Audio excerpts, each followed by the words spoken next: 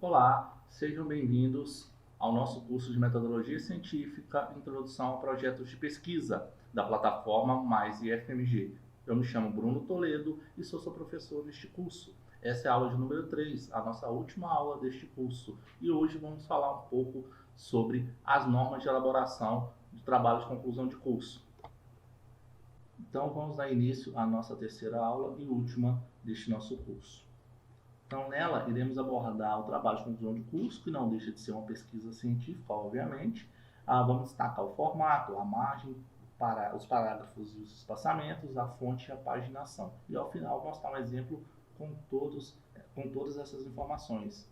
Tá? Então, o trabalho de conclusão de curso, ele é uma monografia, ele é considerado trabalho acadêmico.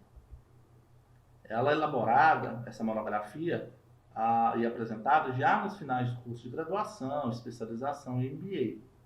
Tá? Alguns autores eles contestam esse termo porque no mestrado e doutorado também são considerados trabalhos de monografia. Com isso, os autores criaram termos para graduação, termos para o mestrado e para o doutorado.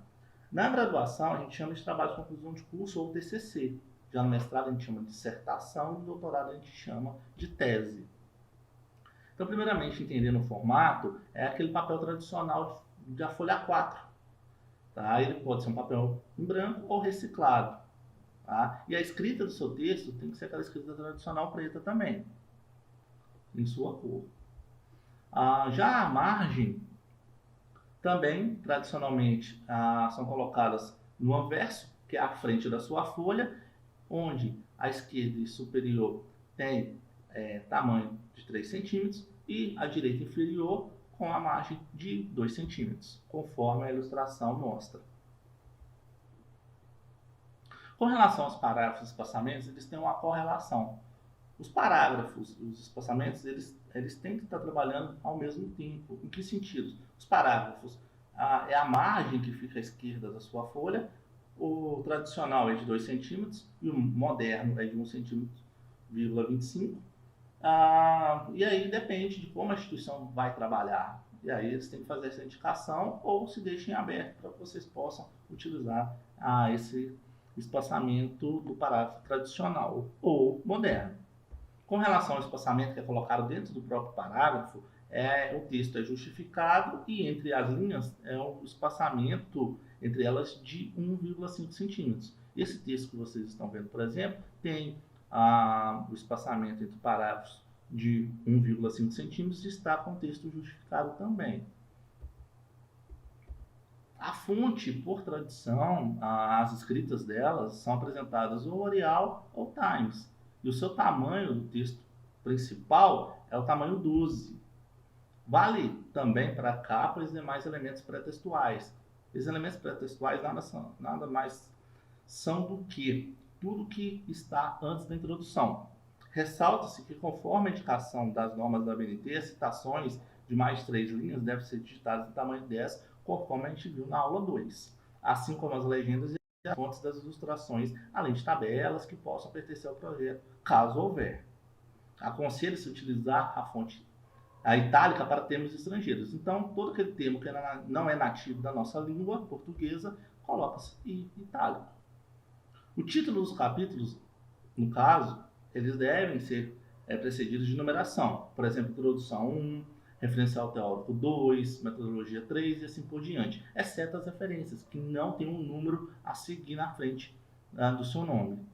Ok?